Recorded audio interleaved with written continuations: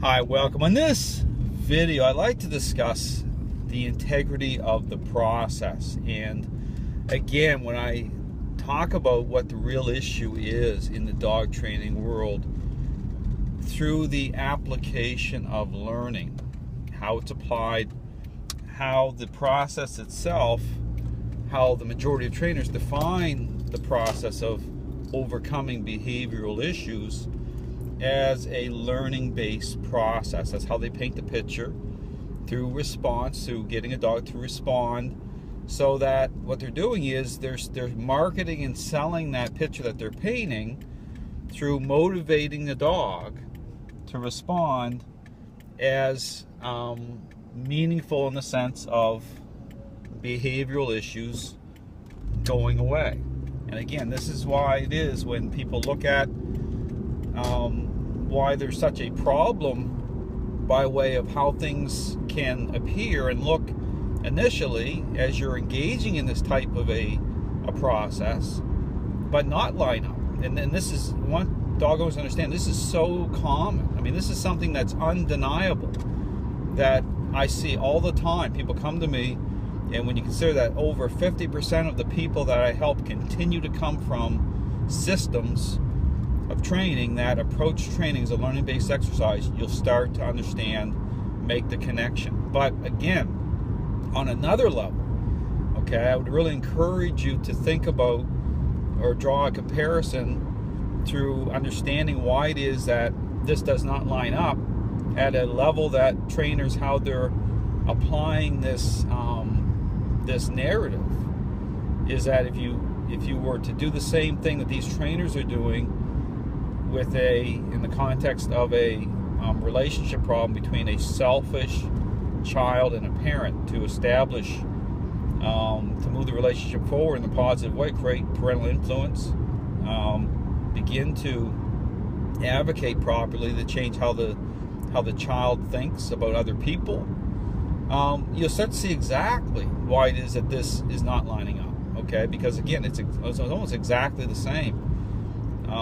And because dogs are social animals, and so they're how they pivot. Okay, the decision-making process, it pivots that way. They're pack animals, so and they share a very special connection at that level with the human. But again, if you connect these dots, you'll see exactly why it is that this doesn't line up. So again, talking about a process, because again, this is where it's so critical. Number one is to get the process right, to understand the process, because here's the thing. I talked about this before.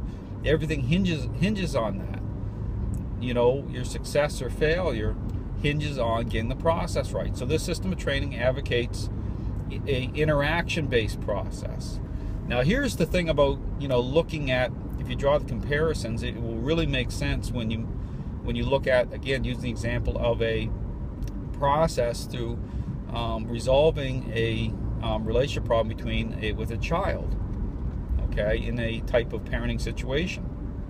And so when I talk about interaction-based and, integrity of that process, okay, you can look at, again, the same type of dynamics, okay, in terms of advocating, but getting the parent, encouraging the parent to invest and interact in ways that are going to begin to affect change. Okay, again, already, and here's the thing that really to consider, because this is key, is going into starting a process or at a level where the child, you already have a problem. Okay, that's the thing that a lot of people don't think about at the relationship side of things. When a dog and owner step into a process, they already have a relationship problem. Okay, the dog has already gained control. Behavior issues are already ongoing and control itself. So behavior issues are a result of control itself manifesting. Okay, I want people to understand it. So if you look at interactions, again, talking about interaction-based, why this system advocates interaction-based process. Again, if you look at the interactions, okay, that happen between dog and owner, even with how you're interacting, say, through the leash, truth is revealed. Okay, you'll see the dog begin to go into a challenged state, okay, based on specific interactions. Okay, and then if you think about the hands-off part of it, where a dog can look balanced in the home environment as they're kind of just moving around and going about their business, even as they're gaining control. Okay, and just think about learning how it's applied. What does it represent? It's not interaction based, it's hands off. Okay, you're just trying to motivate and reward the dog, a dog that has control. Okay, this is really, if you think about this, it makes complete sense. A dog that has control, engaged in a level of stinking thinking, these trainers are motivating a dog to respond so that they can try to line that up to say that, and the issue here is, because it's really the same thing. The reason all these trainers too have bought into this or marketing is because in doing it that way, it really puts something else on the table that, you know, makes people feel good. Okay, look, I can reward my dog. I don't have to interact certain ways with my dog. I can feel really good about the process, and that's one of the problems here. Why you talk about why these trainers are so sold out to this, even balanced trainers, and can't do anything different because they've built everything on that. Okay, and that's totally the wrong way to approach it. It's no different.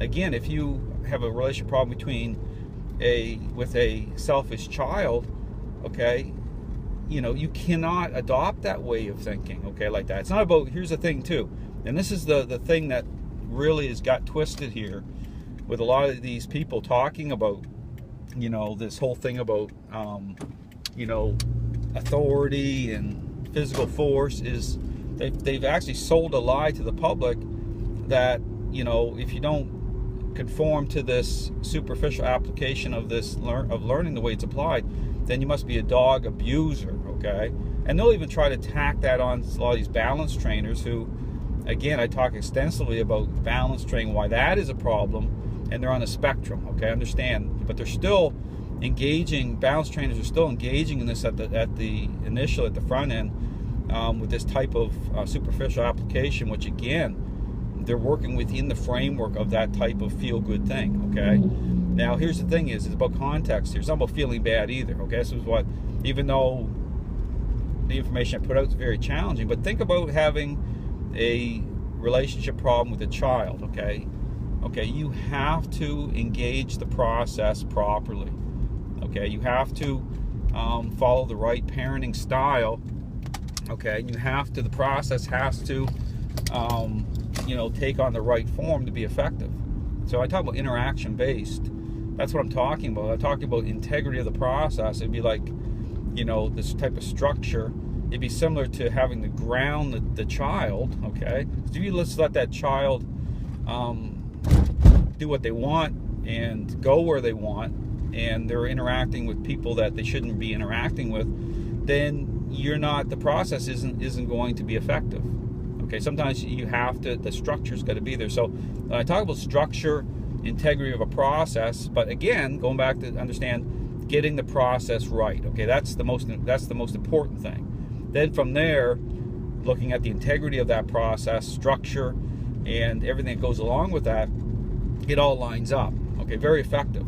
But again, the same thing applies. When you don't get the process right, you talk about approaching training as a learning-based exercise, you can incorporate certain things into that, such as, you know, the idea about leadership, corrections, but understand that when you don't get the process right, even though you're trying to kind of sprinkle some extra things on, you know, to add to the process, it's oftentimes it's not good enough to get the dog to where the dog needs to go in the relationship. Okay, that's really key. So the process is so important.